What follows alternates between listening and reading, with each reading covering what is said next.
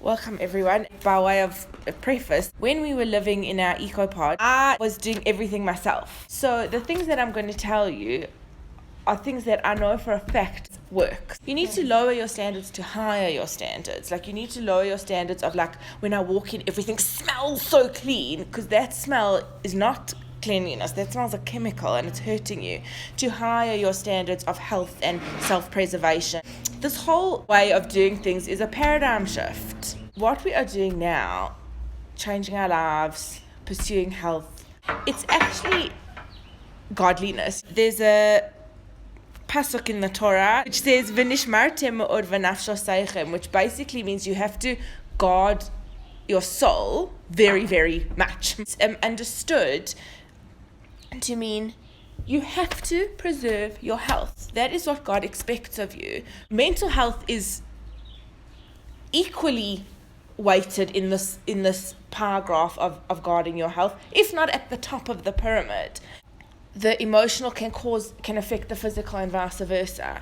So to have in mind that we are emulating God by preserving our health and understanding what the holistic picture of health is to know that what we're doing right now is we are learning biblical truths. For me, whenever I get involved in these kinds of things, it's so important for me to know this isn't a hobby.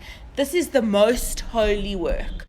Preserving myself, preserving my family, preserving my home, and creating it all at the same time.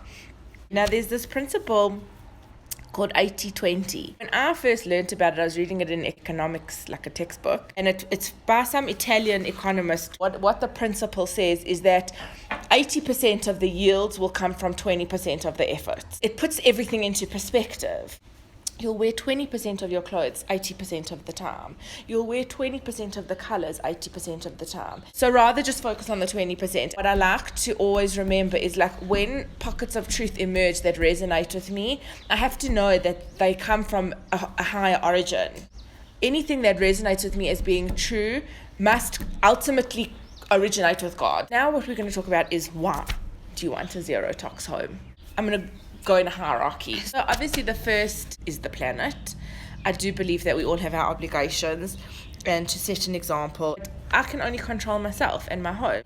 To do this, you automatically are relieving yourself of that psychological burden, which also helps your mental health. It helps me to go to sleep at night and know that I'm not like contributing to polluting the ocean. Something I'm working on doing, trying to imbue everything that I do with positivity. In this kind of work, like with the home and with chemicals, it can become difficult to find that balance. A personal example, we moved recently, and at the same time I hired a new domestic worker, and there was absolutely no way I was going to move and clean myself, so that knocked that option off. But there was also no way I could train the new domestic worker of all the help I needed from her in the packing and the moving, plus also cleaning with bicarb.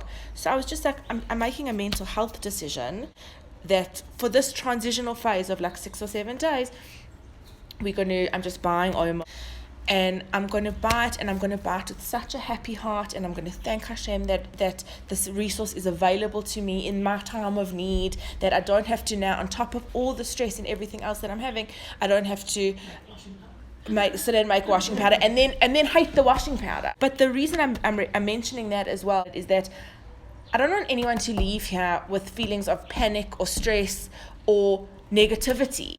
Number 2 is money. I don't care how rich you are or how poor you are or where you lie in the spectrum. It's hard to make $1. The first month I switched over, there was just 2,000 Rand less on my credit card.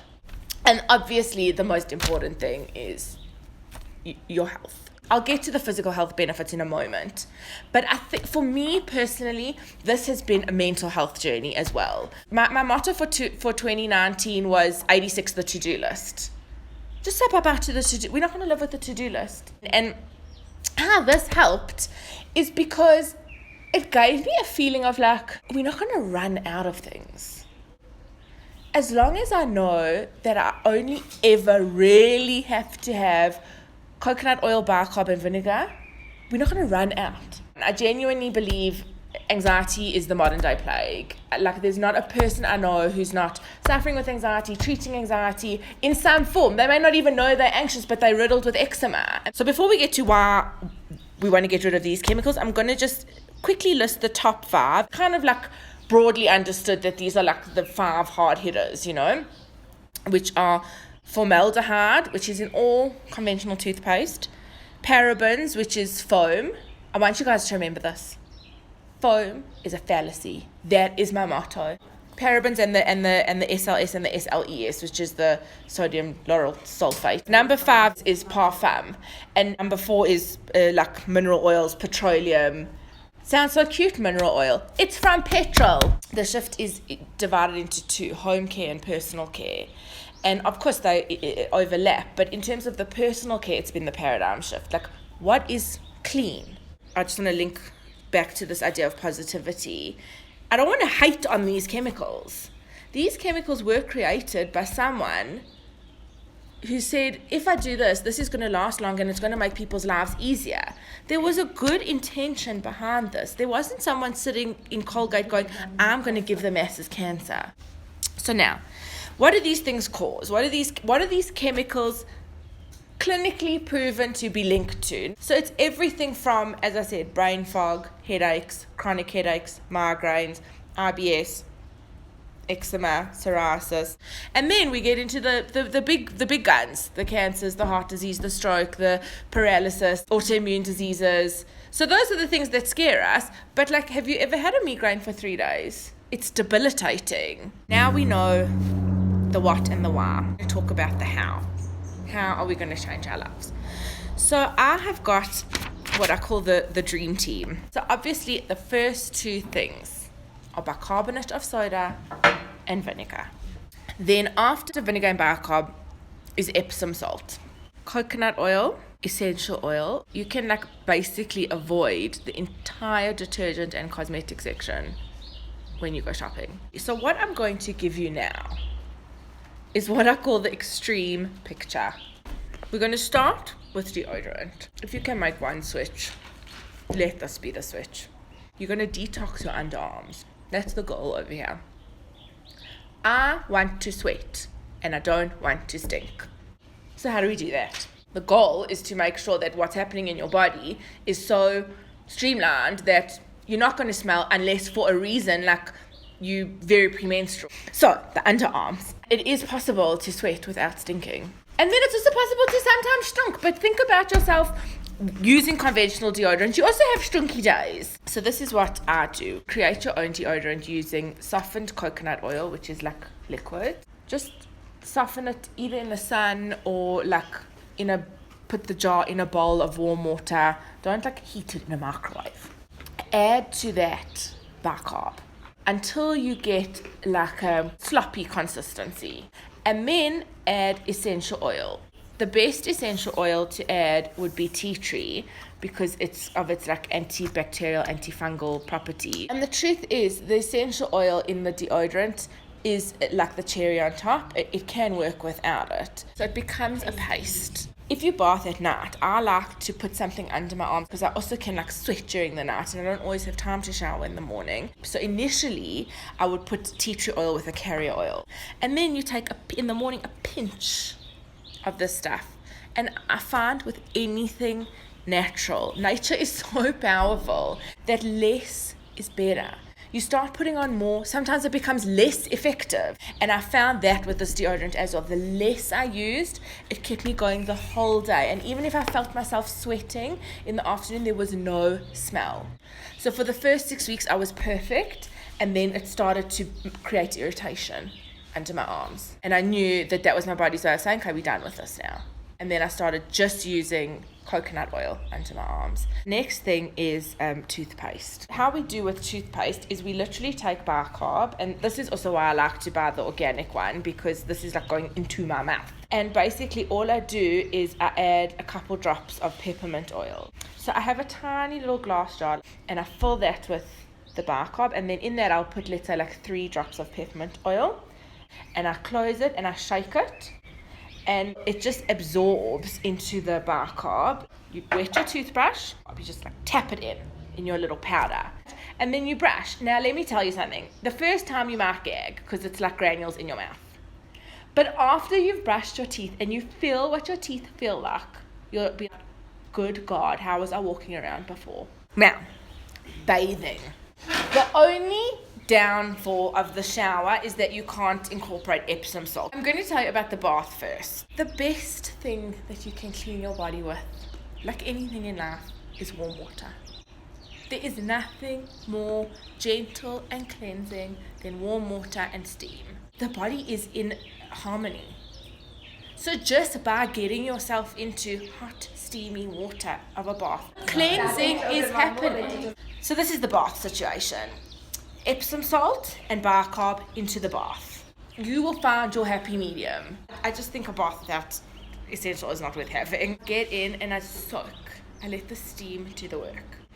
I scrub my feet with the pumice. Sometimes before I get in the bath, I'll like wet my hands and like literally pat a drop of bicarb underneath. And then when I get out the bath, as I told you, I'm like in a love affair with the coconut oil. I look at bathing and cleanliness in a set 24-hour cycle. When I put on my coconut oil at night and then sometimes in the morning again, I'm doing it and thinking this is going to get rinsed off later. For the shower, it's like a balancing act. So what I do for the shower is whatever oil I feel like, which is generally lavender, I dot in the corners of the shower so that while the hot water is steaming up, the steam almost like diffuses it around me. And then I shower in stages. I first, in the bathroom, as I said, I'll pat some bicarb where I feel that I may need it, and some coconut oil where I may need it. I'm going to allow my body to be cleansed in the shower. I'm going to let the hot water beat over all my body parts. I'm going to let sweat happen in the bath or in the shower because the water's hot. My pores are opening, the hot water's in my pores, the steam. The whole experience is cleansing. What has helped the dryness on my hands tremendously is having this bowl of bicarb in the bathroom, because now I wash my hands with bicarb and I rub the bicarb onto my knuckles, and I feel like it takes away the dry skin, and then I put the coconut oil over. You can clean every single thing in your home, your toilet, your mirrors, your windows, your floors, your surfaces, with a spray bottle of half water, half vinegar. Now there are ways to make it more pleasant. You can add essential oils, you can do whatever you want, but the unterste Sure is vinegar and water will clean everything. If you've got proper granite countertops, just use warm water and like some lemon essential oil. Don't use vinegar, it weakens the granite. You take a microfiber cloth and you spray and you wipe, you spray and you wipe. The vinegar evaporates. It's got all the cleaning, the disinfecting, the everything. Also, you need tools for your toilet. Use a toilet brush. Then, dishes. Now, I'm going to advocate only using a dishwasher because it conserves so much water. But if you don't have a dishwasher, I'll tell you what to do.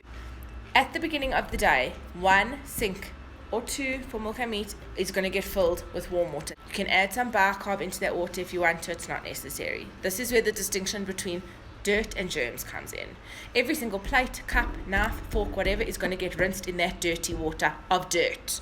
So visibly it looks clean, but it is not sanitized yet. Then we are going to put it into, we are going to stack the dishwasher. Obviously you only ever run a full dishwasher. Into the dishwasher powder compartment, you are going to put homemade cleaning powder. It's like the easiest thing in the world to make. And this homemade cleaning powder is for dishwashers and washing machines.